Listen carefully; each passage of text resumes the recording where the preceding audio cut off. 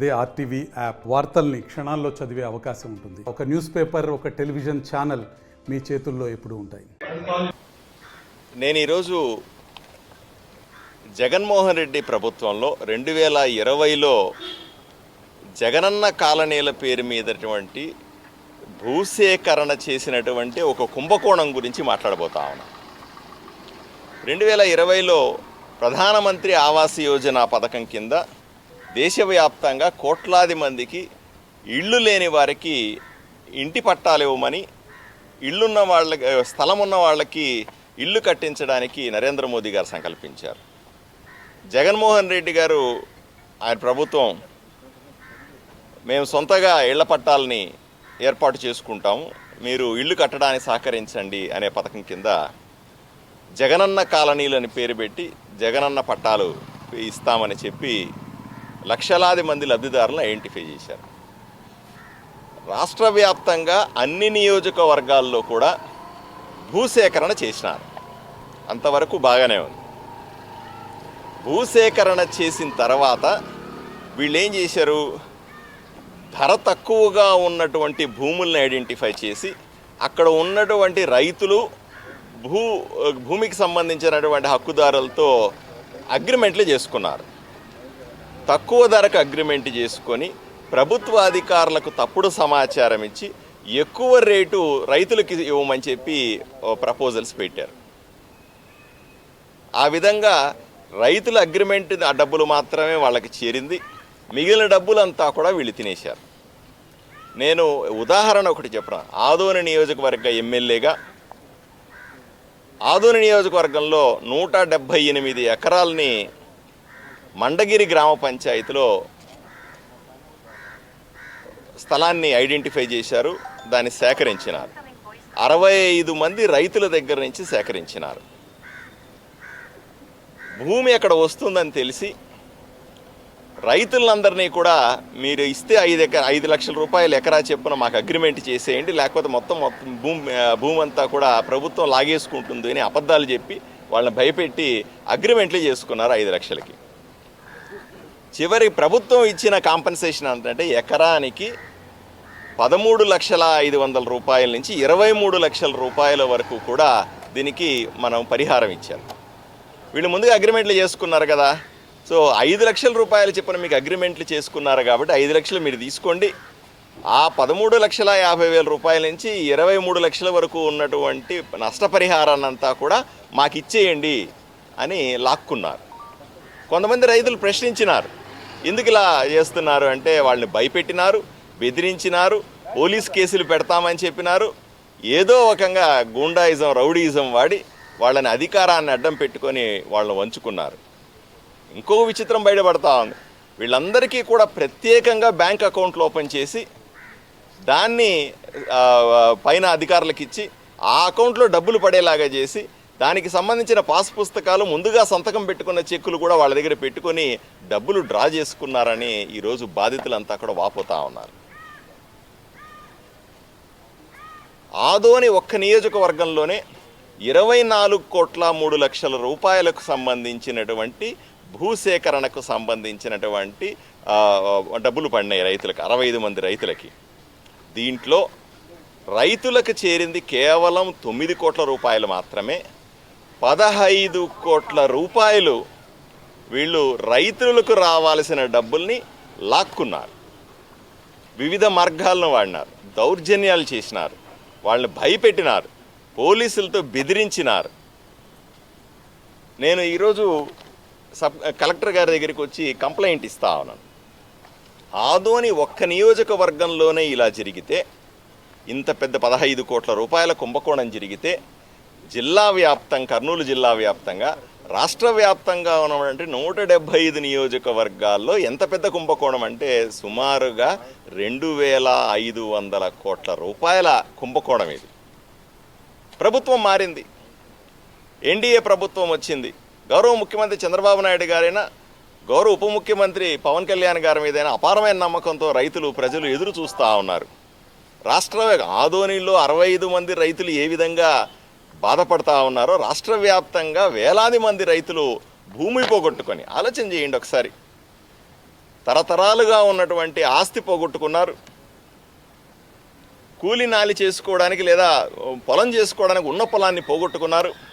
పోనీ దానికి తగ్గట్టుగా ప్రభుత్వం న్యాయంగా ఇచ్చిన డబ్బులు ఏమైనా వాళ్ళ ఇళ్ళకి చేరినాయి అంటే అది కూడా ఎమ్మెల్యే సాయిప్రసాద్ రెడ్డి ఆదోనిలో అయితేనేమి, వాళ్ళ అనుచరులు అయితేనేమి, వాళ్ళ పేర్లన్నీ రాశాను దీంట్లో.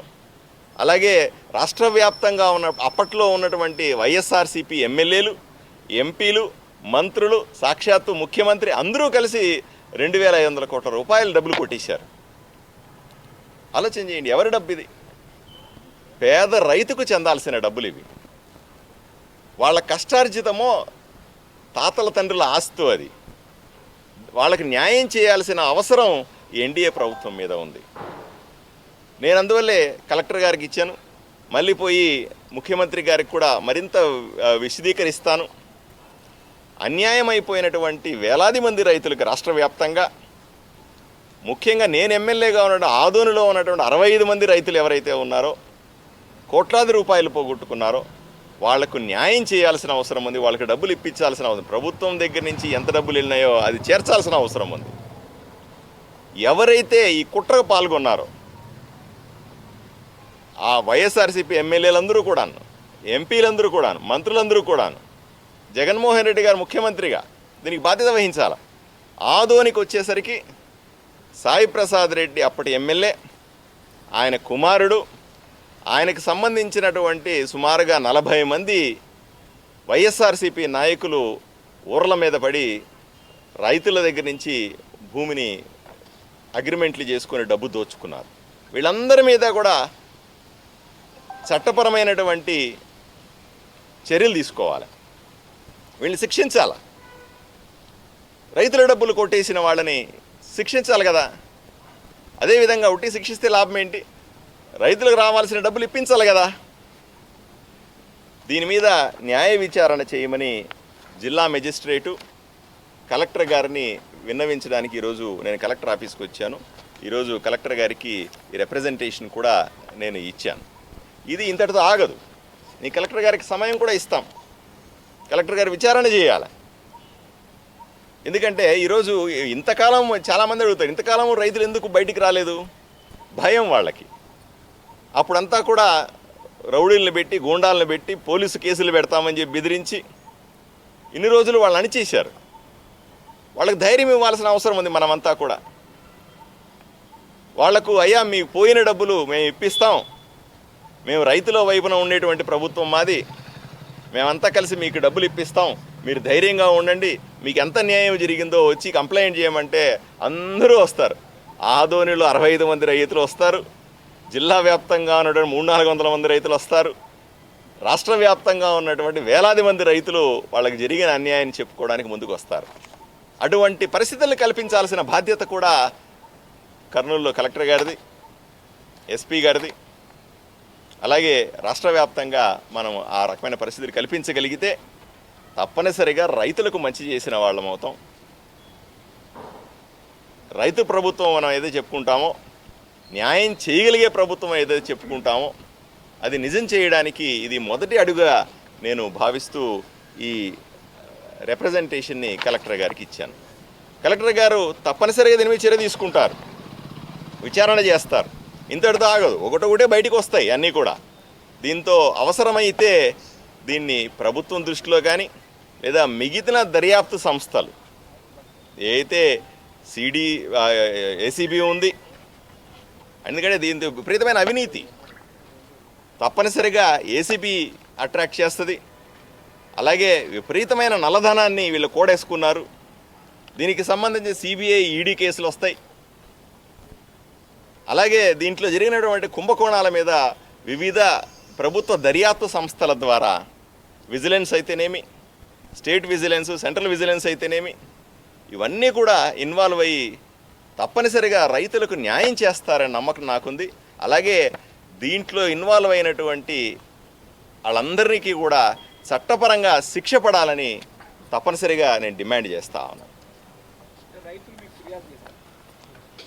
నేను ఎమ్మెల్యే అయిన తర్వాత చాలామంది రైతులు వచ్చి జరిగిన అన్యాయం చెప్తా ఉన్నారు, కానీ భయపడతా ఉన్నారు.